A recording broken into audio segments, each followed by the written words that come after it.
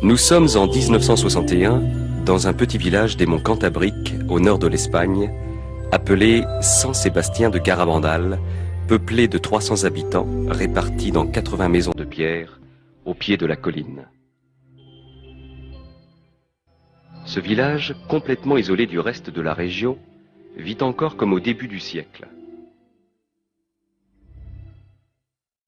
Les logements n'ont ni eau courante, ni chauffage, si ce n'est celui de la cheminée. Quant à l'électricité, elle n'est fournie que quelques heures le soir, et les équipements modernes comme la voiture, la télévision ou le téléphone font défaut. En effet, dans tout le village, on ne trouve pas un seul moteur. Les habitants subsistent en élevant du bétail et sont obligés de marcher plus d'1 heure pour arriver aux alpages.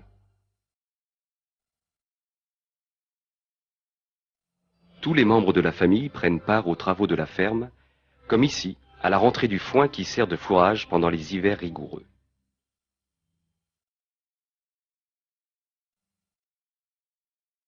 Garabandal est le plus pauvre village de la région, mais un des plus religieux.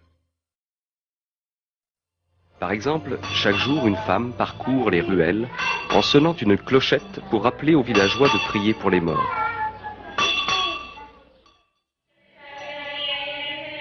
Chaque soir, les habitants se retrouvent dans la petite église et récitent le chapelet et les litanies de la Vierge Marie. Une semaine, le curé de Cosillo gravit la montagne à dos de cheval pour célébrer la messe et entendre les confessions. Tel était Garabandal en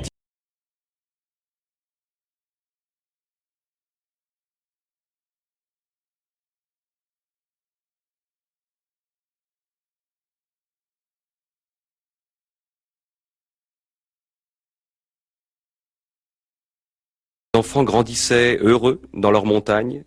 Parmi eux, 4 fillettes, que rien ne distinguait des autres, allaient vivre une aventure hors du commun. Conchita González, 12 ans. Maricruz González, 11 ans. Jacinta González, 12 ans.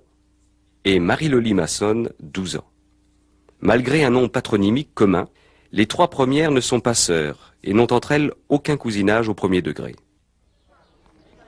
Il faisait encore jour en ce début de soirée du 18 juin 1961 lorsque les 4 petites filles décident de s'amuser un peu en allant chipper quelques pommes dans l'arbre de l'instituteur à la sortie du village. Riant de plaisir, elles chapardent les pommes et se réfugient dans un sentier vaché escarpé menant à une pinède qui domine le village. Assises, mangeant les fruits défendus, les fillettes entendent soudain comme un coup de tonnerre.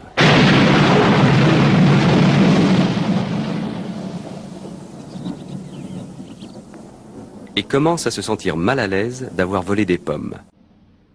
Brusquement, Conchita renverse sa tête en arrière, les yeux fixés au ciel. La voyant ainsi, les autres se mettent à crier et s'apprêtent à courir le dire à leur maman lorsque la même chose leur arrive. Un ange, enveloppé d'une vive lumière, se tient devant elle. On dirait un petit garçon de 9 ans, mais semblant doté d'une force invincible. En un clin d'œil, il disparaît, et les fillettes retrouvent leur état normal. Émues par cette expérience, elles courent à l'église du village. Un ami les voit et leur demande pourquoi elles sont si pâles. « C'est que nous venons de voir un ange », répondent-elles. Bientôt, tout le village ne parle plus que de cela, même si tous mettent leurs paroles en doute.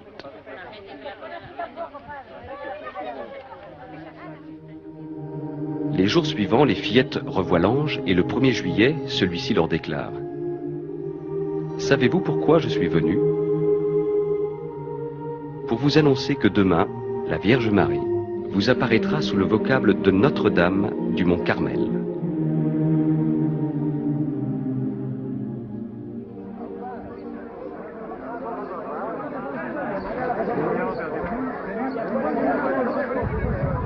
À présent, la nouvelle des apparitions se répand aux alentours, et le 2 juillet, une foule nombreuse attend l'apparition annoncée de la Vierge Marie.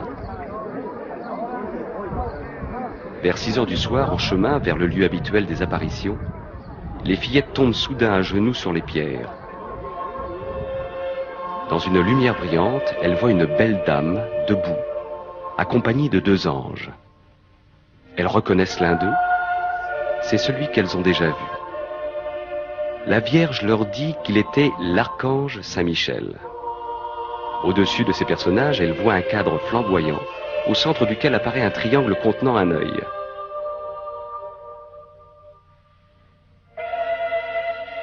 Sans aucune crainte, les fillettes parlent avec la dame. Elles parlent de leur famille, des prêtres présents, des travaux ménagers ou des chants. La dame leur sourit.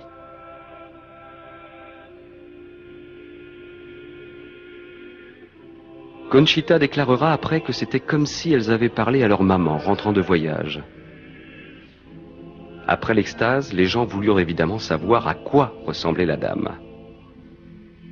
Dans son journal, Conchita l'a décrite ainsi.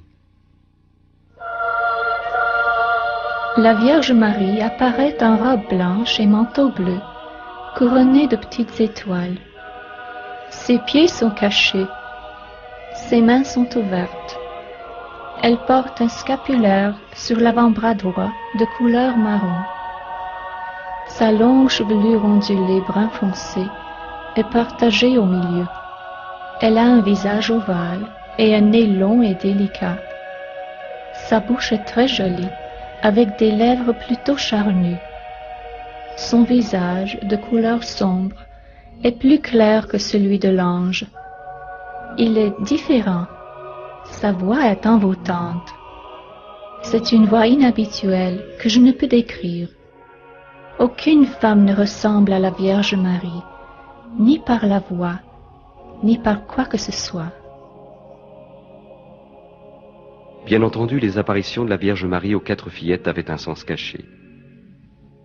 Marie voulait se servir de ses enfants simples et sans prétention pour transmettre un important message à toute l'humanité.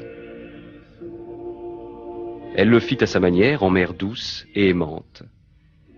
Lors de sa 2e visite, elle arriva avec son enfant dans les bras, et les fillettes furent remplies de joie lorsqu'elles virent Jésus leur sourire.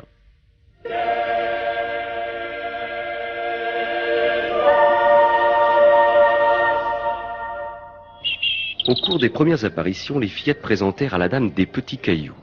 Elles dirent que la Vierge les bénissait en y posant ses lèvres, ajoutant qu'elle préférerait qu'on lui présente des objets à caractère religieux.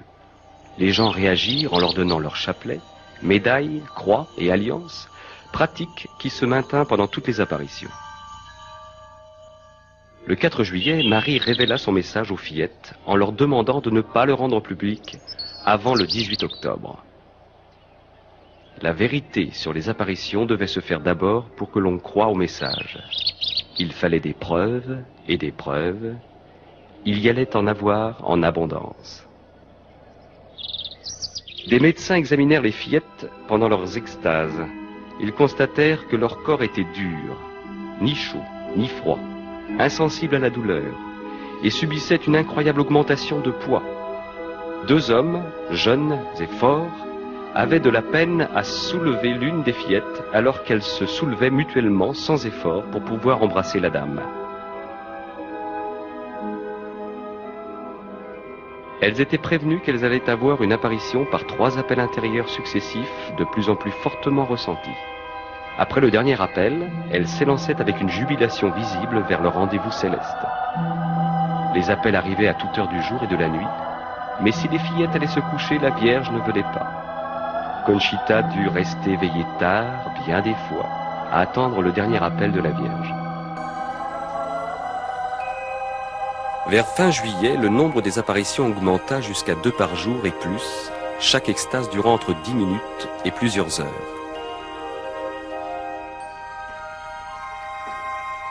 le visage des fillettes était transformé d'une beauté intérieure surnaturelle.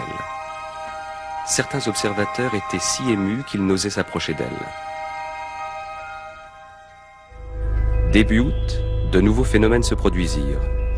Alors que les fillettes étaient à genoux en extase, il arrivait qu'elles tombent tout à coup à la renverse, la tête allant même toucher le sol.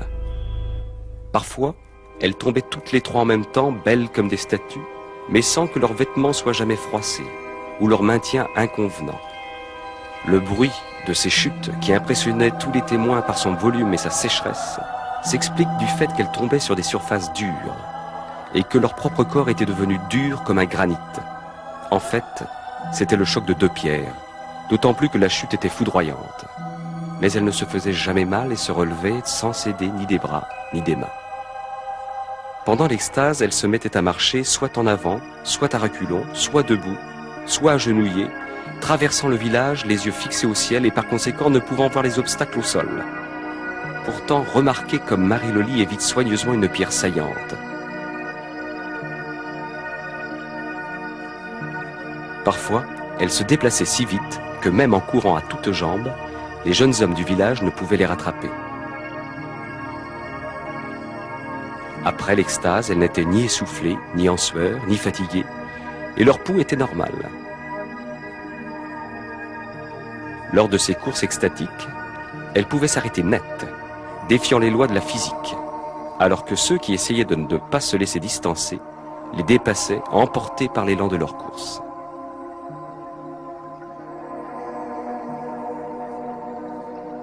Les fillettes avaient constamment un crucifix à la main, crucifix qu'elles tendaient aux spectateurs pour qu'ils le vénèrent. Elles ne savaient pas toujours qui avait posé ses lèvres sur la croix, car pendant l'extase, elles ne voyaient qu'elles-mêmes et l'apparition. Sur ordre de la Vierge, elles tendaient le crucifix à celui ou celle que Marie leur désignait oralement. Un jour, après une extase, Conchita apprit que tous ceux qui avaient baisé la croix étaient des prêtres en civil.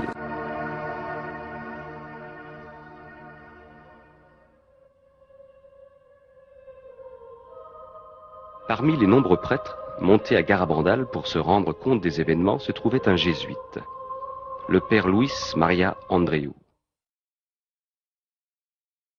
C'était un jeune et brillant professeur de théologie qui passait pour un saint prêtre. Lors de sa première venue au village, le père Andreu était sceptique. Mais après avoir observé de près les fillettes en extase, il comprit qu'il se passait là quelque chose de sérieux.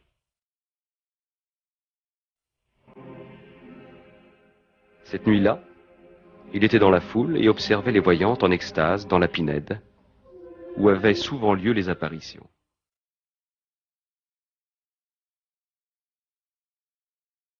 Tout à coup, son visage se tendit. Son front ruissela de sueur et il s'écria « Milagro! Milagro! Milagro! Milagro !»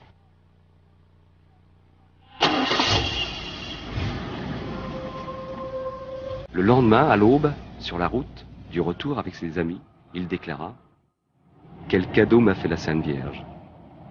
Comme nous avons de la chance d'avoir une mère comme elle dans le ciel. C'est le jour le plus heureux de ma vie. » Puis, il toussa légèrement et sa tête retomba sur sa poitrine. Le père Andreu était mort. Or, on ne lui connaissait aucune maladie. Au cours d'une autre apparition, la Vierge dit aux fillettes que le 8 août, le père Andreu non seulement l'avait vue, elle, Marie, mais avait eu aussi la vision du grand miracle à venir.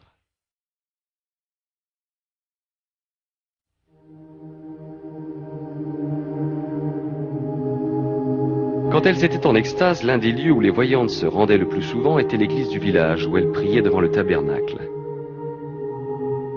Malheureusement, cela posa des problèmes. Les foules qui les suivaient à l'intérieur faisaient tellement de bruit que l'évêque fit fermer l'église.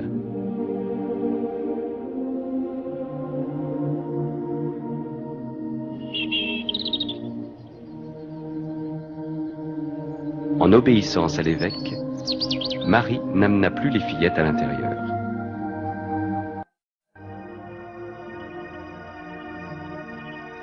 En ce début d'octobre 1961, les extases des 4 enfants restaient toujours un mystère pour tous. Une fois tombés en extase, personne ne pouvait les en tirer. On avait beau les pincer, les piquer avec des épingles, les brûler avec des allumettes ou leur verser du sable dans les yeux, rien n'y faisait. De puissants flashs d'appareils photo actionnés à quelques centimètres ne les faisaient pas sciller. Elles se mouvaient avec rapidité et précision en avant ou à reculons sans même voir où elles allaient, le cou tendu en arrière, ce qui aurait dû leur couper le souffle. Particulièrement étonnantes étaient les descentes nocturnes à reculons depuis la Pinède escarpée jusqu'au village, à une vitesse vertigineuse parmi les broussailles et les massifs de ronces. Des milliers de fois, les fillettes rendaient les objets bénis par la Vierge à leurs propriétaires qu'elles ne connaissaient pas sans la moindre erreur. Ces objets étaient en général empilés sur une table dans la maison de l'une d'entre elles en son absence. Elles ne pouvaient donc identifier leur possesseur. Mais cela n'était pas un problème. Les petites voyantes prenaient les objets, les présentaient à la dame, puis, ne quittant pas celle-ci des yeux, se frayaient un passage à travers la foule, jusqu'à ce qu'elles en trouvent le propriétaire. C'était une expérience émouvante pour une personne que de voir son chapelet, sa médaille ou son alliance lui revenir de cette mystérieuse façon. Beaucoup pleuraient, quelques-uns s'évanouissaient. Pendant les extases, les fillettes priaient différemment de leur façon habituelle. Écoutons un enregistrement original de deux d'entre elles, récitant tout en marchant les yeux fixés sur leur vision le « Je vous salue Marie ». Y bendito es el fruto de tu vientre, Jesús.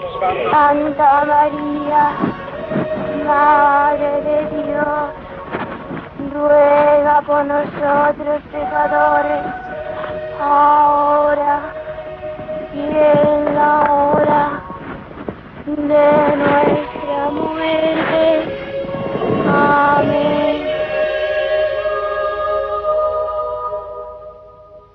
Elles chantaient des hymnes qu'elles ne connaissaient pas et avec l'aide de Marie composèrent de charmants petits couplets. Ô petite Vierge du Carmel, combien tu nous réjouis avec ton si joli sourire et ton enfant si charmant.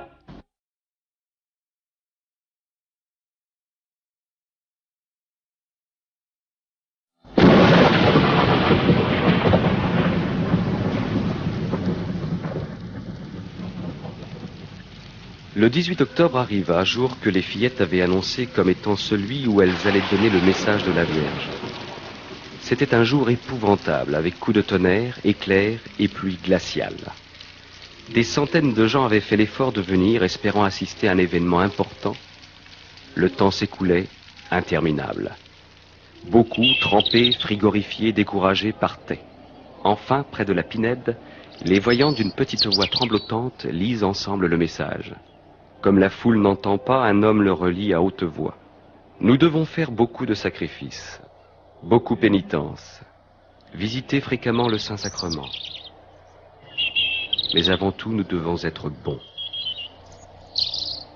Si nous ne le faisons pas, un châtiment viendra. La coupe se remplit déjà. Si nous ne changeons pas, le châtiment sera très grand.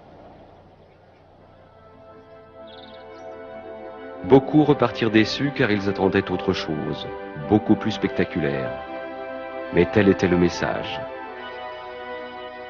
Bref et à propos. La plus aimante des mères venait dire à ses enfants en un langage simple ce qu'ils devaient faire pour éviter le châtiment de Dieu, qui dépasserait tout ce que l'on pouvait imaginer.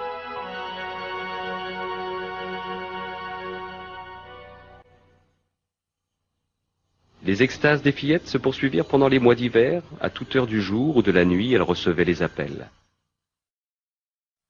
Les injonctions de la Vierge Marie à la conversion, au changement de vie par la pénitence et les sacrifices étaient graves. Dès qu'elles tombaient en extase, les fillettes ne sentaient plus rien. Lors d'une forte tempête de neige, des amoncellements de neige se formèrent sur les bras tendus de Conchita. Elle restait impassible. Une autre fois, elle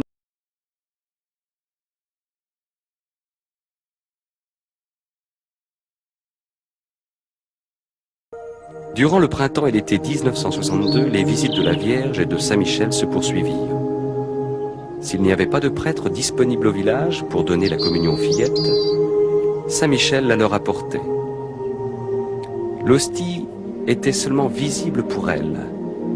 Il leur apprit à la recevoir avec respect, d'abord à bien se préparer, puis à communier et enfin à faire l'action de grâce.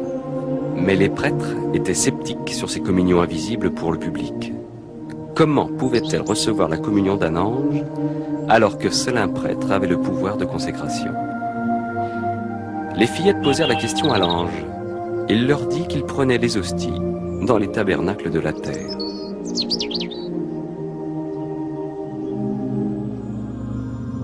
À l'époque, aucun lieu sur terre ne pouvait et de loin se comparer à Garabandal. La Vierge Marie semblait prendre possession de tout le village. Elle guidait les fillettes en extase pour descendre chaque rue. Parfois, elle chantait le rosaire en marchant avec la foule qui les suivait. Elles entraient dans chaque foyer.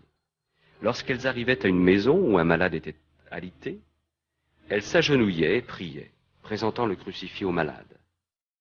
Si elles arrivaient à la maison d'une veuve ou d'un veuf, elles priaient devant une photo du défunt ou faisaient le signe de croix sur l'oreiller du lit vide. Elles posaient le crucifix sur la bouche des nouveau-nés. Elles se rendaient aussi au cimetière et tendaient le crucifix à travers les barreaux de la grille. Des événements de la plus grande importance se passaient donc dans ce petit village espagnol de montagne, et bien que personne ne l'ait réalisé à ce moment-là, la Vierge Marie nous préparait à la tempête qui allait agiter l'Église.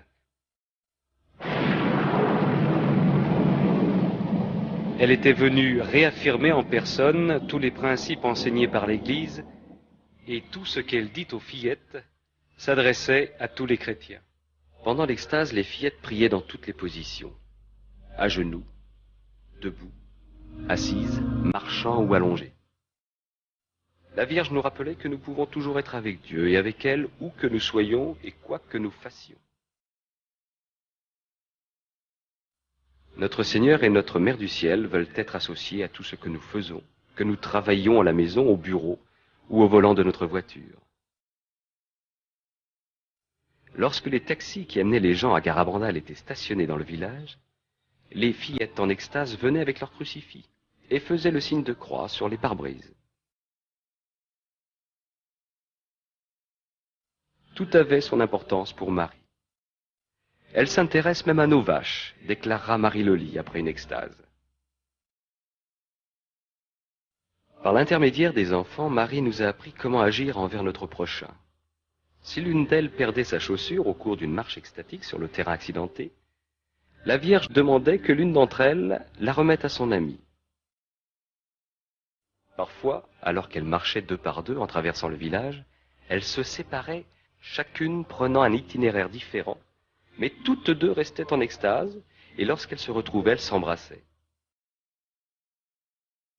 Chaque fois qu'elles marchaient ensemble, elles allaient bras dessus, bras dessous, ou main dans la main. Qui donc était cette dame de lumière qui agissait de manière si simple et si puissante à la fois dans le petit hameau des montagnes de Garabandal? Ceux qui n'ont jamais tout à fait compris son rôle n'avaient qu'à regarder le crucifix qu'elle demandait aux fillettes de présenter aux assistants. Elle était la mère du Christ et n'avait qu'un désir: nous conduire à son Fils Jésus, sauveur de l'humanité.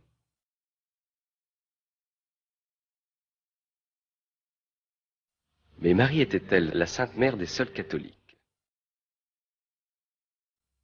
Un protestant s'approcha de Conchita. Il voulait savoir s'il pouvait baiser le crucifix lors d'une prochaine extase. Conchita, qui avait grandi dans un milieu tout à fait catholique, fut touchée par cette demande et en parla à la Vierge lors de l'apparition. Marie regarda l'homme et dit: « Il est aussi mon fils. » Et continuant d'agir par l'intermédiaire de la jeune fille, elle envoya celle-ci lui porter le crucifix pour qu'il y posât ses lèvres.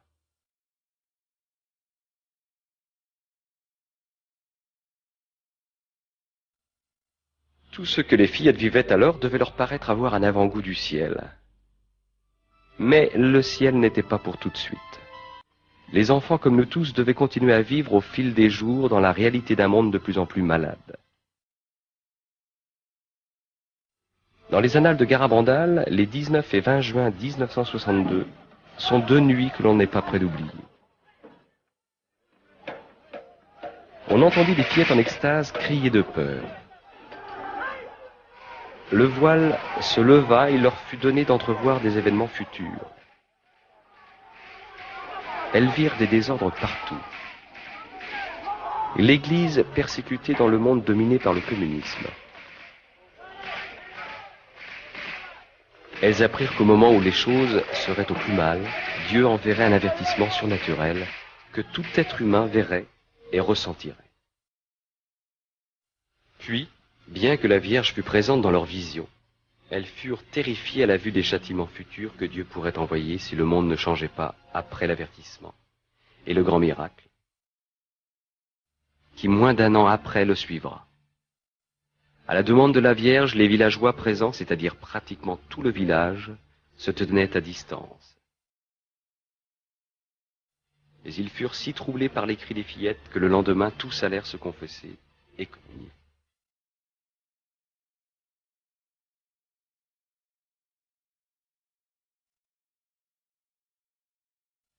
À un certain moment, les petites voyantes intercédèrent auprès de la Vierge et de Saint Michel pour que se produise un miracle, afin de convaincre ceux qui ne croyaient pas encore à l'origine surnaturelle de ces apparitions. Ainsi, Saint Michel dit à Conchita qu'à une date indiquée par la Vierge, l'hostie qui demeurait invisible aux yeux des spectateurs lorsqu'elle communiait des mains de l'ange, ce jour-là serait visible. Conchita trouva que c'était un bien petit miracle. Elle mit la groucou en patois, parce qu'elle pensait que l'assistance voyait l'hostie quand elle la recevait.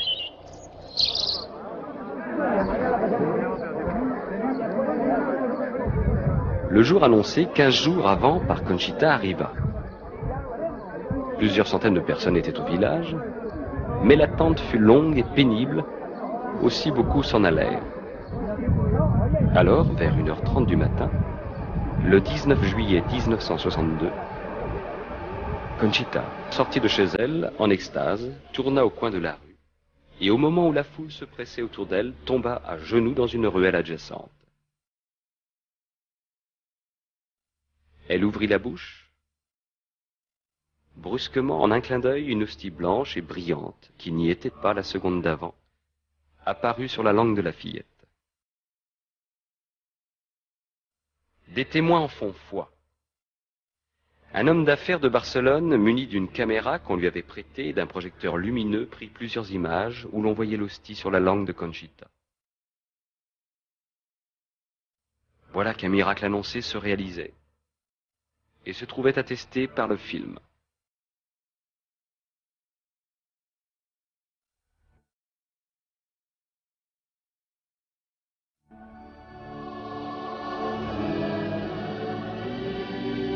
En décembre 1961, à 1500 km de Garabandal, un autre événement allait avoir des répercussions au sein de l'Église. Le pape Jean XXIII venait de convoquer le Concile Vatican II. Une question se posait tout naturellement. Y avait-il un lien quelconque entre cet événement ecclésial si important et les faits remarquables qui se produisaient dans le minuscule village des Monts Cantabriques? Oui, quant à la simultanéité, la durée dans le temps et les concordances des dates, 1961, 1965. Oui encore, car la Vierge en parlera souvent aux voyantes. Par exemple, en état d'extase, on entendait une fois Conchita répéter les paroles de la Vierge. Ah, le concile sera le plus grand de tous les conciles. Ce sera un succès, c'est bien. Et aussi on vous connaîtra mieux, et vous vous réjouirez encore davantage. En janvier 1963, les visions avaient cessé pour Marie Loli, Jacinta et Marie Cruz. Seule, Conchita continua d'en avoir, mais elle se faisait de plus rare et plus espacée. Cependant, Conchita et Marie Loli se mirent à avoir des locutions. Une locution est une voix intérieure, sans effet visuel.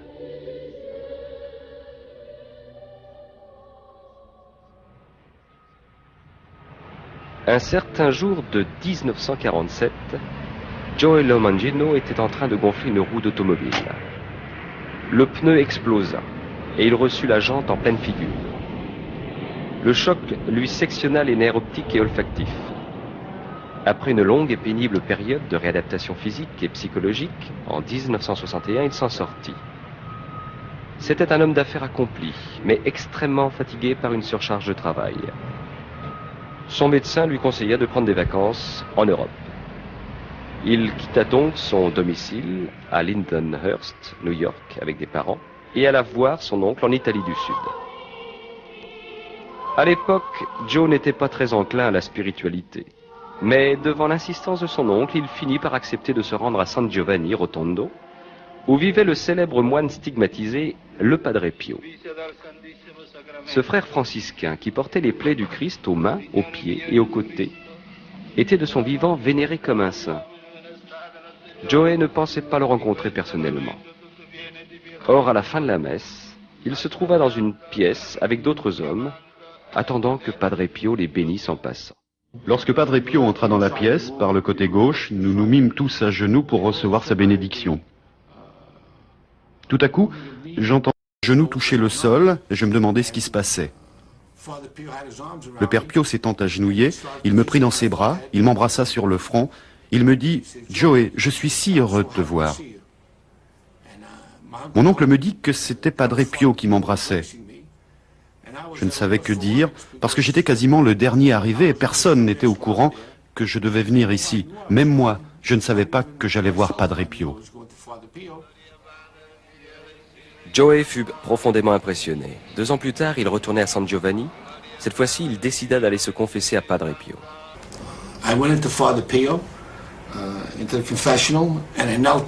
Je me dirigeais vers le confessionnal du Padre Pio et m'agenouillais sur le banc.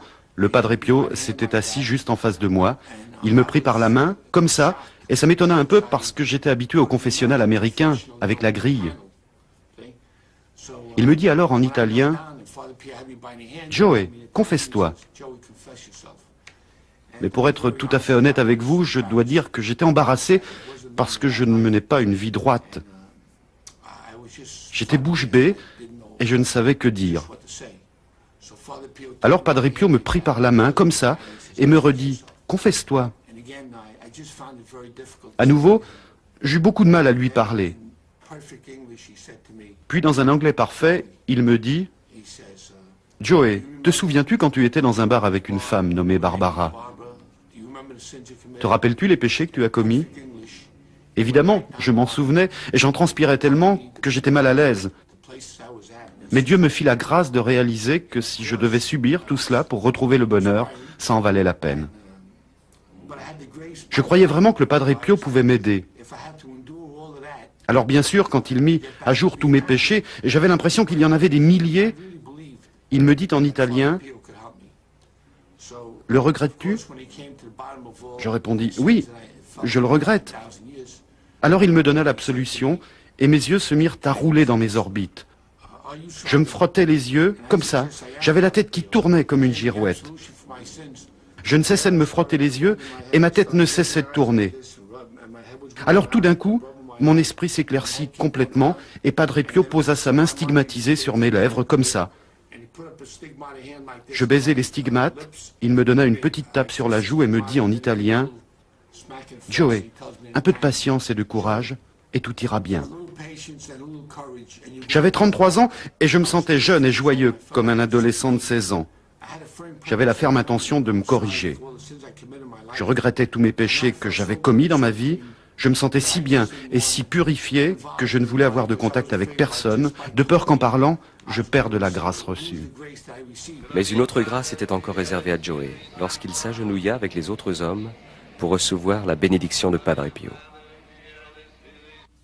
Lorsque je fus blessé ici, en 1947, je perdis l'odorat et on m'a suturé tout le long. J'avais une fracture de 7 cm et demi en haut du visage. Je perdis non seulement la vue, mais aussi l'odorat. Aussi, lorsque je m'agenouillais pour que Padre Pio me bénisse et que je sentis brusquement une forte bouffée de parfum de rose qui émanait de ses mains, Je sursautais sous la violence et la nouveauté de la sensation et me plaquais contre le mur, les bras en l'air, comme ça, pour me protéger. Je ne savais pas ce qui m'arrivait. Padre Pio baissa ma main et me dit en italien « Joey, n'aie pas peur ». Et il me toucha comme ça le bout du nez et je retrouvai l'odorat que j'avais perdu depuis mon accident en juin 47, 16 ans auparavant. La paix et la joie envahirent Joey et il ne voulait pas quitter San Giovanni. Mais son compagnon de voyage lui rappela qu'ils avaient convenu de passer une partie de leurs vacances à un endroit nommé Garabandal. Lorsque Mario me rappela que nous devions partir pour Garabandal, je dis « Mario, comment sais-tu que c'est vrai? Ce n'est peut-être pas une véritable apparition, c'est peut-être un piège du démon pour me faire perdre les grâces que je viens de recevoir. Allons demander à Padre Pio ce qu'il en pense. » « D'accord, dit-il. Bien entendu, les prêtres chez Padre Pio nous accueillaient toujours merveilleusement. Nous allâmes donc les voir et je leur dis « Je voudrais parler à Padre Pio. Est-ce possible ?» Le prêtre répondit « Mais oui, Joey. » Alors nous avons pris rendez-vous et sommes revenus dans la journée.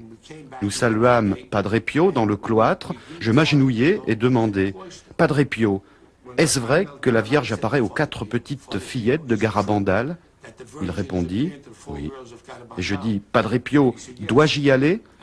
Il répondit « Mais oui, pourquoi pas ?»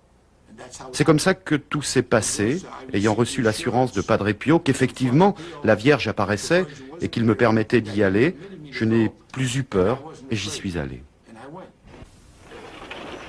La première des nombreuses visites que fit Joey Lomangino à Garabandal remonte à février 1963. À l'époque, le char à bœuf était un des seuls moyens pour monter au village par la route tortueuse de montagne, particulièrement en hiver. Joey venait d'y arriver quand il rencontra les enfants à qui la Vierge apparaissait. Il fut immédiatement impressionné par leur simplicité, leur sincérité. Conchita allait devenir sa grande amie.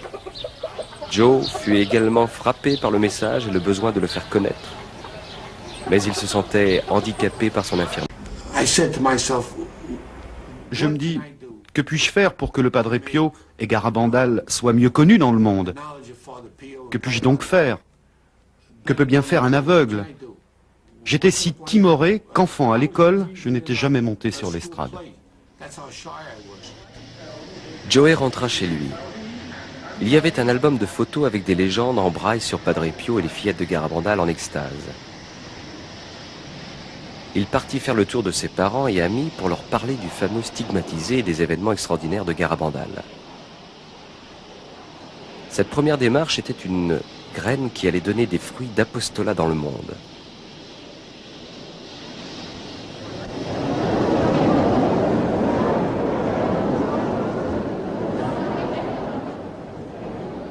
Le 26 décembre 1962, puis début de juin 1963, Conchita stupéfia ses auditeurs par cette prophétie.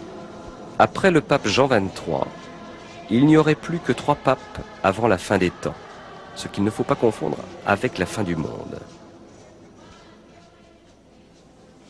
Le 19 mars 1964, fête de Saint-Joseph, Conchita eut une locution dans la Pinède. La Vierge lui dit que le jour du grand miracle, Joey Lomangino retrouverait définitivement la vue. Le 18 juillet 1964, Conchita eut une autre locution lui disant que le lendemain du grand miracle, le corps du père Luis Andreu serait retrouvé intact dans sa tombe.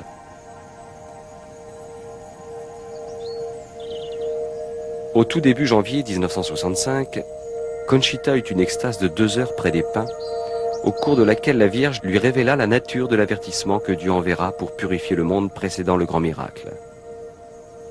Elle dit également à Conchita que le monde n'ayant pas réagi à son premier message, elle en donnerait un deuxième et dernier, le 18 juin 1965, par l'intermédiaire de Saint Michel.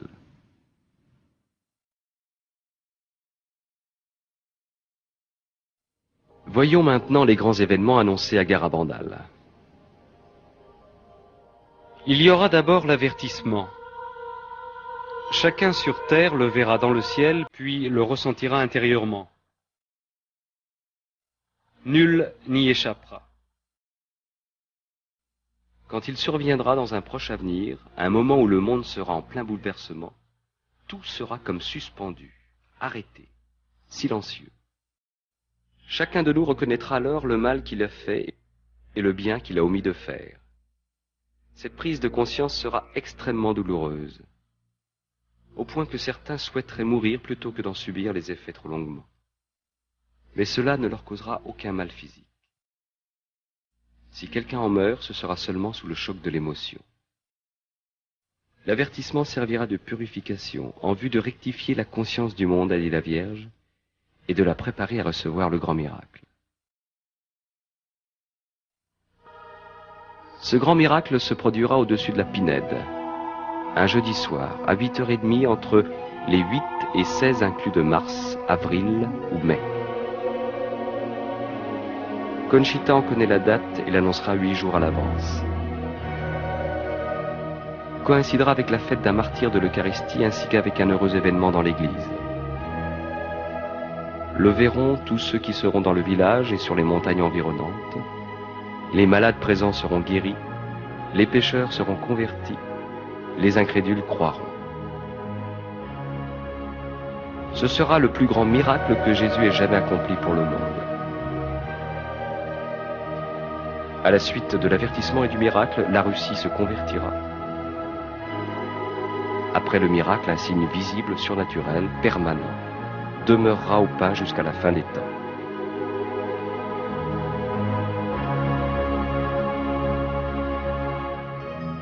Si le monde ne change pas après ce miracle, Dieu enverra le châtiment.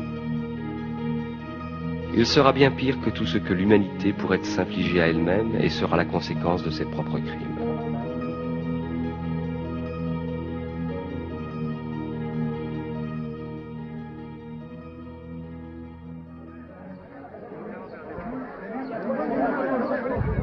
Le 18 juin 1965, quelques milliers de personnes avaient envahi le village de Garabandal pour assister à l'extase de Conchita et entendre le deuxième et dernier message de la Vierge.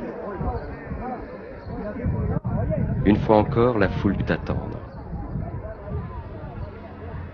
Tard, dans la nuit, Conchita entra en extase. Elle tendit la croix aux lèvres de 3 personnes, puis Saint Michel lui transmit le message. Comme on n'a pas accompli, ni fait connaître au monde mon message du 18 octobre, je vous annonce que celui-ci est le dernier. Auparavant, la coupe se remplissait. Maintenant, elle déborde. Beaucoup de cardinaux, d'évêques, de prêtres vont par le chemin de la perdition et entraînent beaucoup d'âmes avec eux. On donne de moins en moins d'importance à l'Eucharistie. Vous devez éviter par vos efforts la colère de Dieu sur vous. Si vous lui demandez pardon avec une âme sincère, il vous pardonnera. Moi, votre mère, par l'intercession de l'archange Saint Michel, je vous demande de vous amender. Vous voici au temps des derniers avis. Je vous aime beaucoup et je ne veux pas votre condamnation. Priez-nous sincèrement et nous vous exaucerons. Il faut vous sacrifier davantage. Pensez à la passion de Jésus.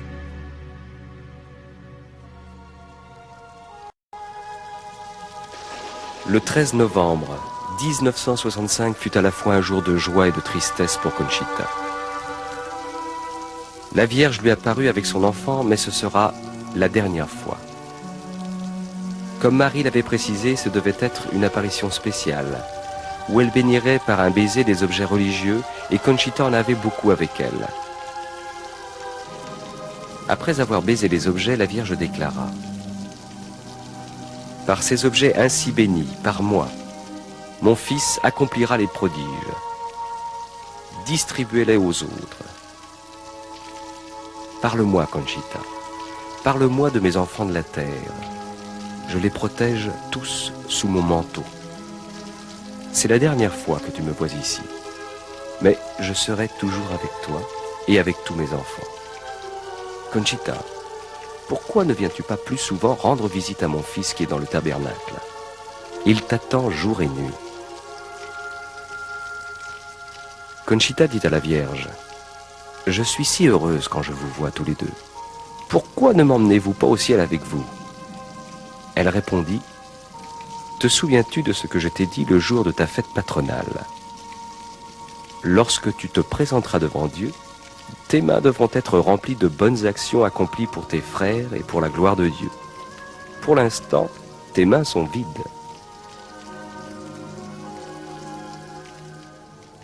Tout était fini. Les moments de bonheur où Conchita était en présence de sa mère du ciel et de l'enfant Jésus étaient passés. Bien qu'elle continuait à sentir leur présence.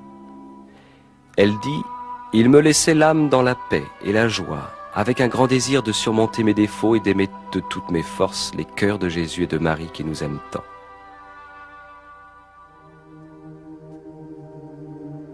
Ce que la Vierge avait dit des objets sur lesquels elle avait posé un baiser se réalisa. On continue de rapporter des guérisons physiques et d'autres faveurs survenues dans diverses parties du monde. Beaucoup proviennent d'une médaille que Conchita donna à Joe Lomangino. Elle a été vénérée par des milliers de gens dans diverses parties du monde au cours de nombreuses années d'apostolat de Joe. Que dit la science médicale des extases des petites voyantes? Plus de 40 médecins de différentes disciplines ont examiné les fillettes avant, pendant et après leurs extases. Le docteur Celestino Ortiz, pédiatre à Santander, les a observées 22 jours consécutifs. Quand elles n'étaient pas en extase, il les trouvait normales et équilibrées. Il conclut son étude en déclarant « Nous ne trouvons aucune explication convaincante à de tels phénomènes. Garder le silence serait de la pure lâcheté scientifique. » Le docteur Ricardo Puncerno, neuropsychiatre, de renommée internationale, alors au sommet de sa carrière, effectua les séries de tests les plus approfondis sur les fillettes sur une période de 12 jours. Ses conclusions? La quantité et la qualité des phénomènes défient toute explication naturelle.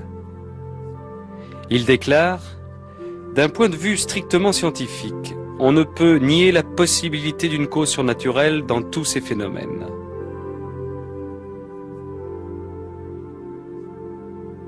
En 1961, le docteur Luis Morales, psychiatre à Santander, avait été nommé par l'évêque expert médical principal d'une commission constituée pour étudier ces apparitions. Il conclut à une série de vulgaires phénomènes hystériques. Par la suite, le docteur Morales fit la une des journaux lorsqu'il revint sur ses déclarations initiales.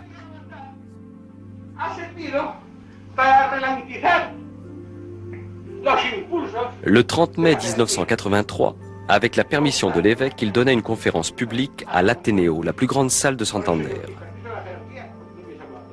Il exposa à la foule les raisons qu'il avait de croire à l'authenticité surnaturelle des apparitions de Garabandal.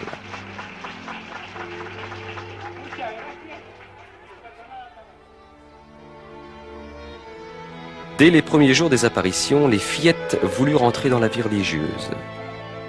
Mais cela ne devait pas être. Pendant qu'elle était en pension chez les carmélites missionnaires, Conchita eut une locution avec Jésus. Il lui dit qu'il ne désirait pas qu'elle se fasse religieuse, mais qu'elle reste dans le monde pour porter témoignage.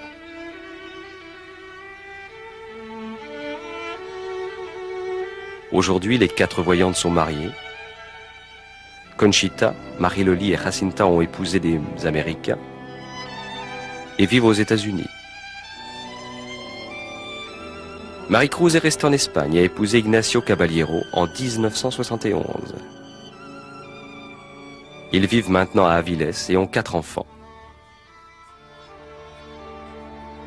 En 1973, Conchita épousa Patrick Kina de New York, où ils vivent actuellement avec leurs 4 enfants. En 1974, Marie-Loli épousa Francis Lafleur du Massachusetts. Ils ont 3 enfants.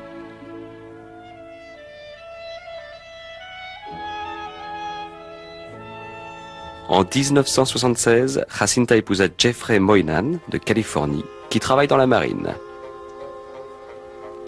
Ils ont une fille.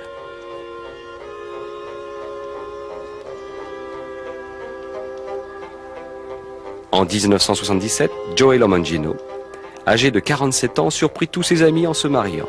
Il épousa Marilyn Luther du Michigan et ont 2 fils, Joseph et John. Joey poursuit son œuvre apostolique depuis New York. En apparaissant à Garabandal, la Vierge Marie, reine des prophètes, est venue apporter un message vital pour l'humanité. Au passage, elle mit l'accent sur certains aspects de la pratique religieuse. Par exemple, l'importance du Saint-Sacrement fut soulignée par Saint Michel, donnant aux fillettes la communion invisible. La preuve de la vérité surnaturelle des apparitions par le miracle de la communion visible, El Milagruku. L'insistance de Marie pour que le croyant fasse de fréquentes visites au Saint-Sacrement. Quand les fillettes sortaient en extase de l'église, elles ne tournaient jamais le dos au tabernacle, elles sortaient à reculons. Dans ces 2 messages, la Vierge rappelle l'importance de la présence réelle du Seigneur dans l'hostie. Tant que durèrent les événements, Marie ne cessa d'exhorter les fillettes à prier pour les prêtres. La Vierge a choisi d'apparaître à Garabandal comme Notre-Dame du Mont-Carmel, titre étroitement lié au scapulaire brun. Elle parla de l'importance qu'il avait et le portait à son poignet lors des apparitions. Le scapulaire est un signe de consécration à la Mère de Dieu. Ceux qui le portent avec foi et dévotion peuvent être assurés de sa maternelle protection à l'époque où nous vivons. La prière et le chapelet occupent une place importante dans les événements de Garabandal. Elle tint à leur apprendre le sens des mystères du rosaire, la façon de prier. Lentement, en pensant à chaque mot. Dès qu'elle le surent correctement, Marie se joignit à elle, « Ô gloire soit au Père ». La signification des objets sacramentaux tels que les crucifix, les chapelets, les médailles et alliances matrimoniales se trouvait renforcée par le désir de la Vierge de les baiser et de leur conférer des pouvoirs spéciaux de guérison et de conversion. Le message de Garabandal est la solution du ciel aux crises de notre temps. Désormais, tout dépend de nous, et notre réponse sera déterminante pour l'avenir de notre génération.